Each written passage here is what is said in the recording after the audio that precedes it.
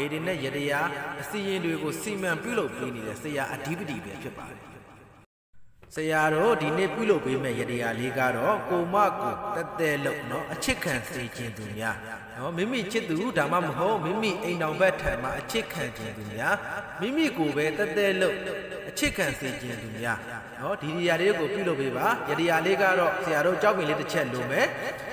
ငွေသားစက်ကလေးတစ်ရွက်လိုငွေသားစက်ကလေးတစ်ရွက်ပေါ်မှာဆရာတို့ဖျောင်းနိုင်တဲ့တိုင်ကိုတင်ထွန်းလိုက်ပါဒါဆိုရင်ရတရားလေးကိုပြုလုပ်လို့ရပါပြီအရန်လဲလွယ်ကူပါလေအရန်လဲအစွမ်းထပ်ပါ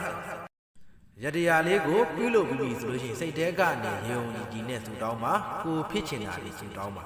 ဒီလိုရတရားလေးတွေ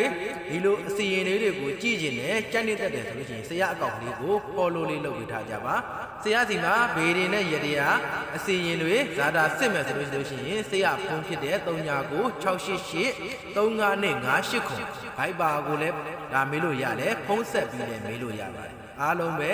ကိုယ်စိတ်နှစ်ပြားချမ်းသာပြီးနိုအင်စန္ဒတွေတလုံးတော်ဝါကြီးပြည့်စုံပိုင်နိုင်ကြပါစေ